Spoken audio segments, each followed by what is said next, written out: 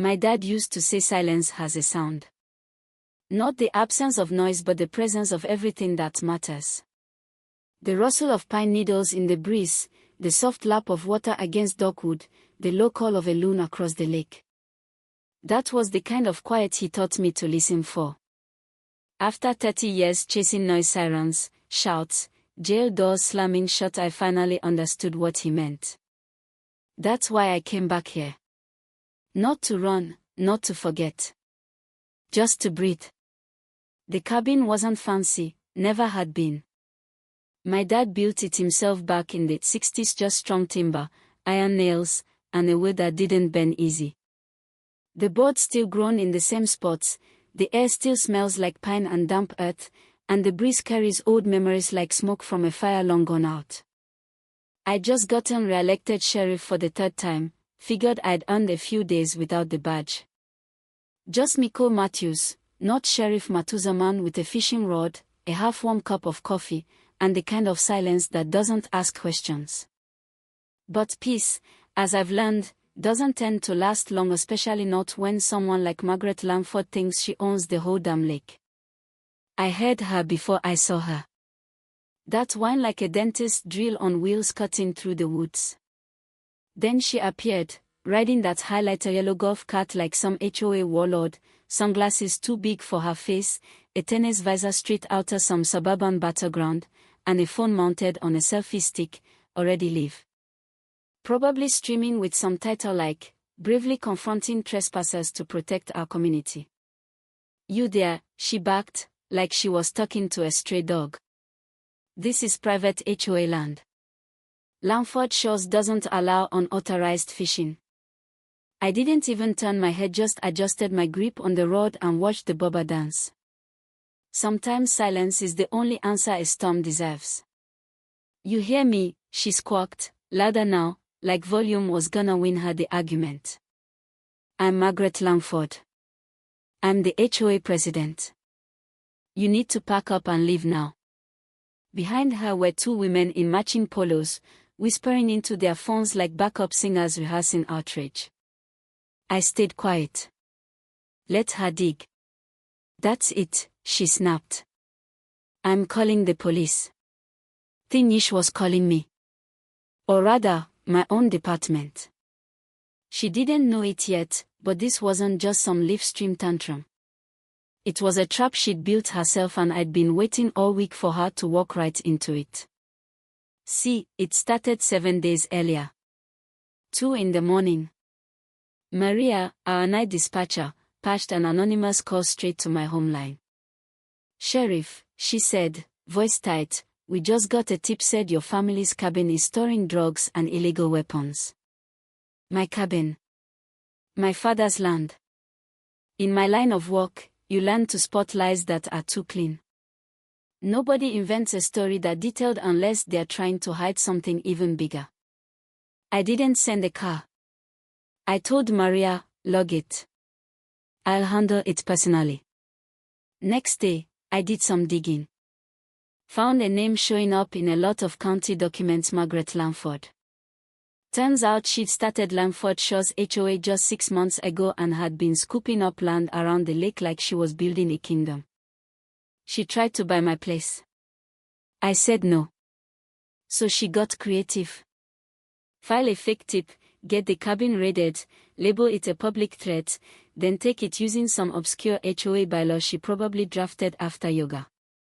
But my dad wasn't a man who left loose ends. I had the original deed. A county plat map. Untucked in my briefcase like a loaded Guna notarized letter from the original developer, dated 1991, that permanently exempted our land from any HOA, past, present, or future. So I came out here. Not to fish. To wait. Now here she was, riding in like she owned the trees, playing sheriff for her live stream, and calling the real deputies on me. I sipped my coffee and watched the show. And right on cue, sirens. She straightened up like royalty.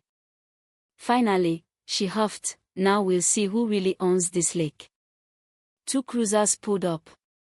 Out stepped Nate Reed and Sanchez Young, steady deputies I trust with my life. Margaret marched up like she was greeting soldiers. "That man is trespassing," she said. "He's hostile. I think he could be armed." Reed nodded politely, approached me with textbook form hand near his belt, tone firm. "Sir," he said, but then he paused.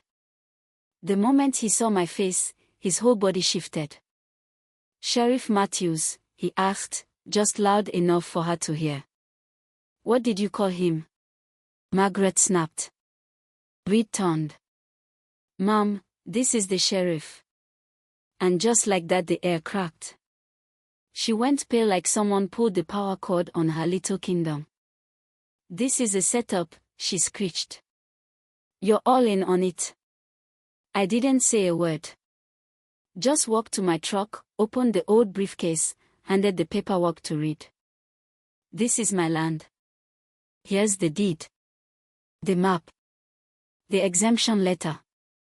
He took his time reading it. Then turned to her. "Ma'am, you're trespassing." The shriek she let out wasn't fake animal, it was pure, bone-deep panic. I leaned in, real quiet. "Forget the fishing, Margaret. Let's talk about that tip. The one about drugs and guns." Reed pulled the report. A few minutes later, he was back. "Tip was routed through a banner app," he said. "Tech traced the IP to a residence at 131 Lakeside Drive." I met her eyes. "That's your address, isn't it?"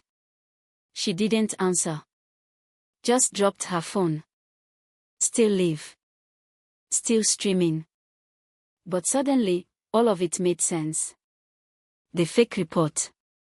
The HOA takeover. The obsessive control. It wasn't about power, it was about hiding something. Her eyes kept flicking, just slightly, toward the old boathouse downshore. So I walked. The closer I got, the more the smell hit me, metallic, chemical. Wrong.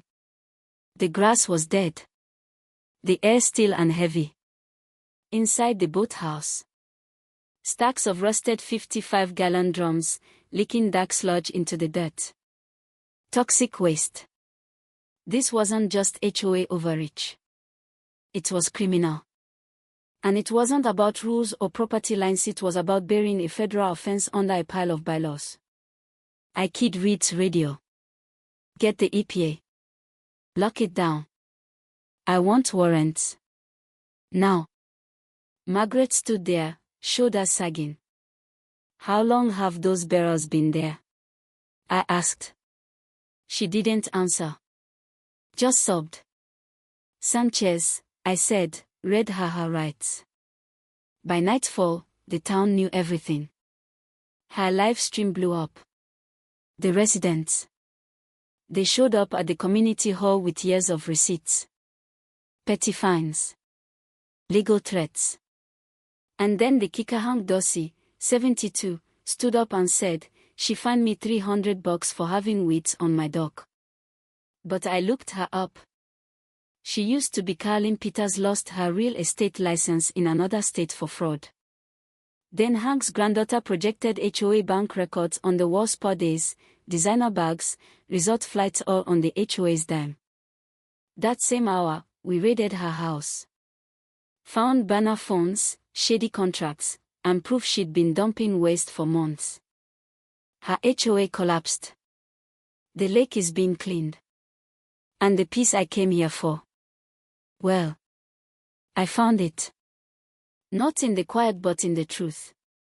So now I ask you, if it was your land, your name, your family's legacy, what would you have done? Would you have cast the line? Or drawn the line? Let me know in the comments. Let's talk about justice, community, and when enough is enough.